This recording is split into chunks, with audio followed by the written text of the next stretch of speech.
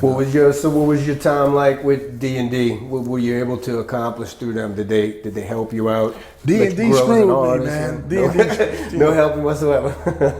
DnD screwed me, man. They made a lot of money off of me, man, and off of the artists.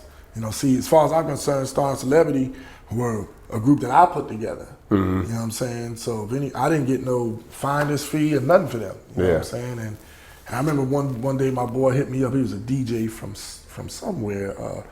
He was from Michigan, Detroit, or somewhere like that. But he was going to Southern University, and he was a popular DJ at the clubs down here at the time. And he just hit me up one day. He said, "Hey man," he called me. He said, "Man, look, come over here. I got to show you something."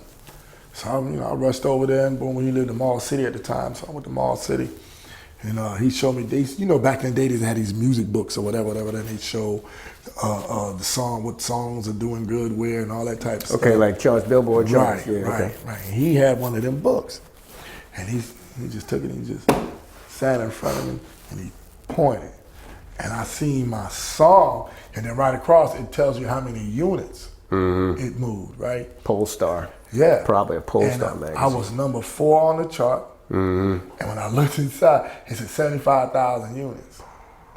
Right? So, and that was just in Buffalo, New York. That was just in Buffalo. I don't know where else. Yeah. And I'm sure they released that song in many places. You know what I'm saying? And then they made 75,000, and that was like in a week's time. And my boy was like, "Man, you need a lawyer." You know what I'm saying? And I never confronted them people. I mean, it was just never nothing until, I don't even know if David Moses is still alive or not. But I know Swamp Dogg is. Swamp Dogg is the one who started off MC Breed's. MC Breed career. You heard of MC Breed? MC Breed, yeah. He was the first one that had as a solo artist, when Pop became a solo artist, he was the first one to get Pop on a duet type thing, a feature. But MC Breed, Swamp Dogg and David Moses were the two cats behind DnD. You know, but Swamp tries to pretend like it's just mainly with David. I said, "No, it was you two." And he put Breed out, but Breed made him a millionaire. MC Breed made him a millionaire. And so things kind of went south with your time at DnD. And eventually, I'm guessing you figured you had to part ways, but just do your own thing. Yeah, I also wanted to say, when I was with DnD, they had a group called High Five. People know who I'm talking about. They were signed to DnD at one time.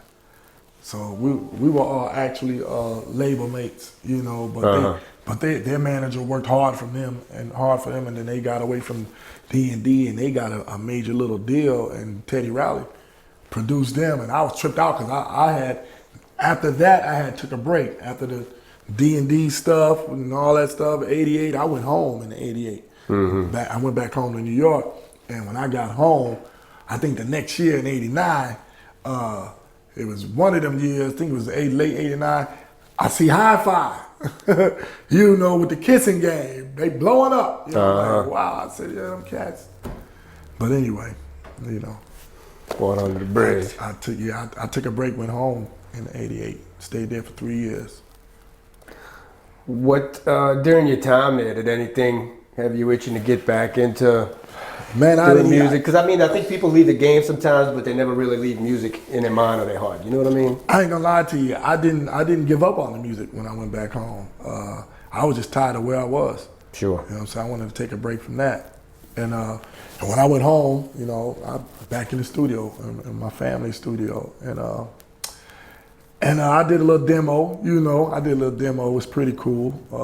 My cats I hung out with, they were rappers too. You know, they was same studio, they was working on their album. So what happened was, they took my song, they had a meeting with this cat from Beacon that knew my mother as well.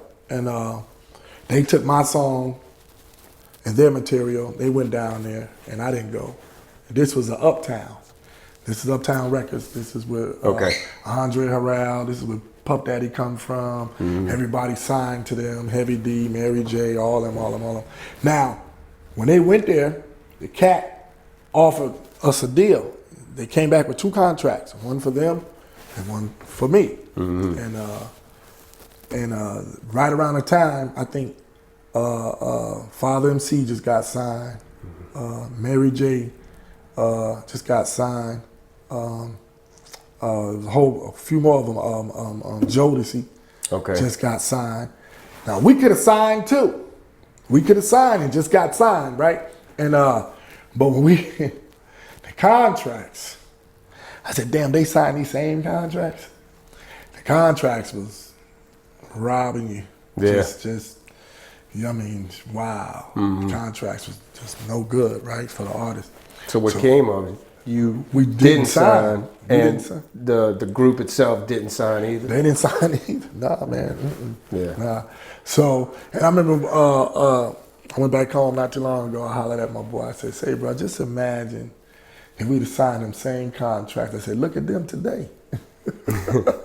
I'm just saying, right? I'm like, they all blew up. I said, imagine we just signed a contract. You know, I said, we probably didn't ate for a while because they did that to New Edition. I was about to say, it's exposure, but at what price? You never right. can't tell what that price is going to be. Right. I mean, we'd have ate for doing shows. You know what I'm saying? Stuff like that, you know. But you could get exposure and end up owing them. In the end, it happens to people all the time, so you just don't know what it's going to cost. It happened to the best of them. Yeah.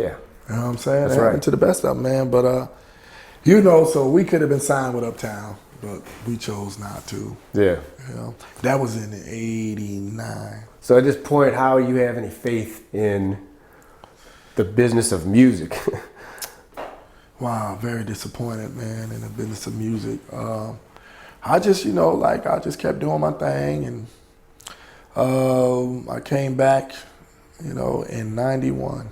I came back here in '91, and they had a talent. No, in 1990. They had a talent show. I came down here for the summer. I came to visit my mama. I said, you know what? I said, they had a talent show at Struma High. That's the high school I went to. I said, I'm going to go get in this talent show. I ain't got nothing else to do. You know? So I went, I rocked the talent show, and that's what this kid named MC Nero was in the audience. He was a student at the time, or maybe he just came to the talent show.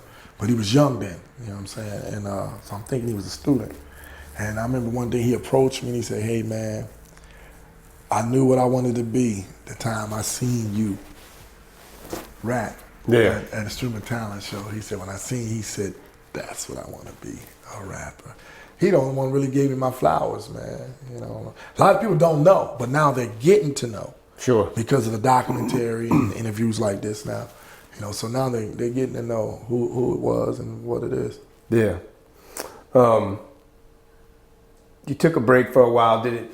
Were you able to return? You can't unsee all the shit you saw. Put it that way. Right. You know what I'm saying? Right. And it's gonna affect you moving forward, hopefully in a positive light. You know, not bitter but smarter. You know what I'm saying? A wiser person in general.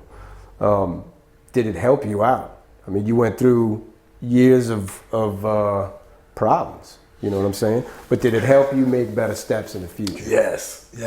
I'm gonna tell you one thing. Let me sum it up like this. A lot of my friends are dead and gone because of choices and decisions they made. Sure. And that's what life is all about. The choices and the decisions you make can be fatal. Sure.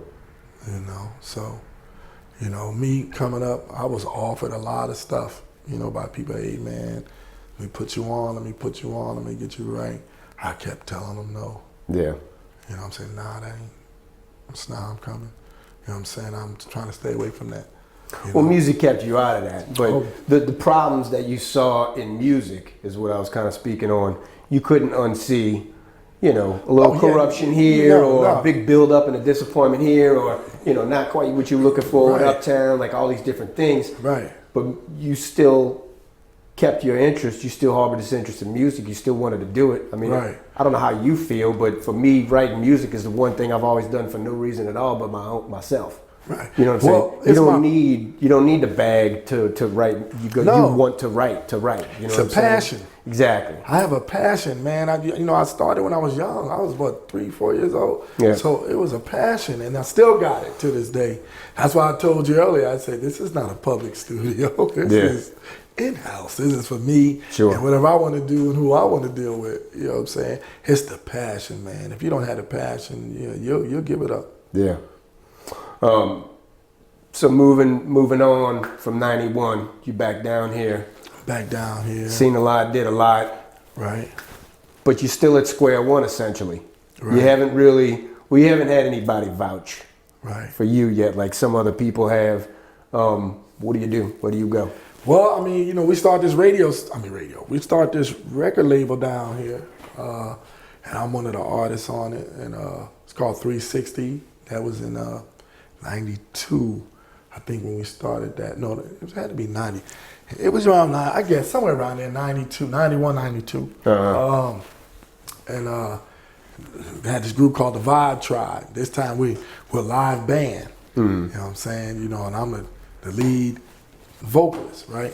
And we're doing our thing, man. We cut a song and all that. You know, hits the radios, get a lot of airplay, and that's where we was at that time, you know, and doing work at the studio, and I'm bringing people in and out of the studio. And Now, what style of music is this that you're doing? this Vibe Tribe thing was different, man. This Vibe Tribe, because I had all live players. You know, I had 2 keyboard players, I had a drummer, I had a bass player, and I had a guitar player. And we was on. I wish I had the music knowledge here. We was on something different, man. But you know, people liked it. You know. And you were singing? And I was. Wow, what was I doing? I was doing a little of both. Yeah, it was like I was rapping a song, not like the rap style, but like a rap singing style. And then I would sing the hooks. That's what I was doing.